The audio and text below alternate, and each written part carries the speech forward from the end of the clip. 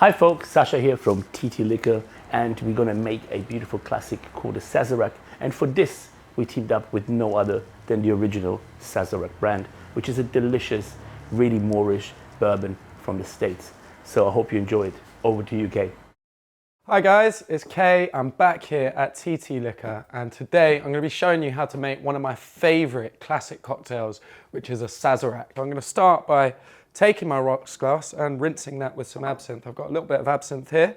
I just need a little splash in my glass, and I'm just going to swirl that around just to rinse the inside of the glass with the absinthe.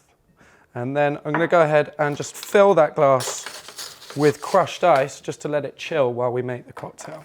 Now this is a stirred drink, so I'm going to make it in my mixing glass.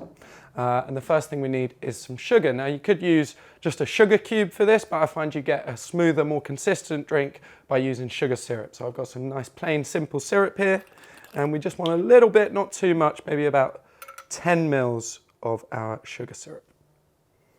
Now the next really important ingredient for a Sazerac is some Peychaud's bitters. So this is a brand of bitters that is, again, native to New Orleans, and we just want maybe about 3 to 4 dashes of our Peychaud's bitters. And now we're ready for the main ingredient, which is of course our rye whiskey, and we are using this lovely Sazerac rye whiskey, and we want quite a heavy pour on this one. I'm going to do 60 mils of our rye whiskey. And I'm just going to top it up with an extra 10. Now I'm going to fill this up with cubed ice and give this a stir for maybe about a minute.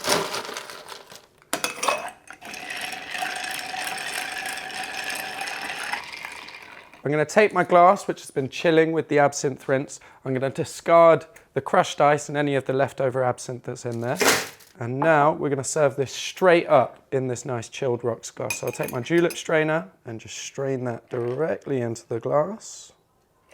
And then finally, we're going to garnish this with a lemon twist. So I've got a nice lemon twist here. We'll just expel the oils over the drink and pop that in there like so.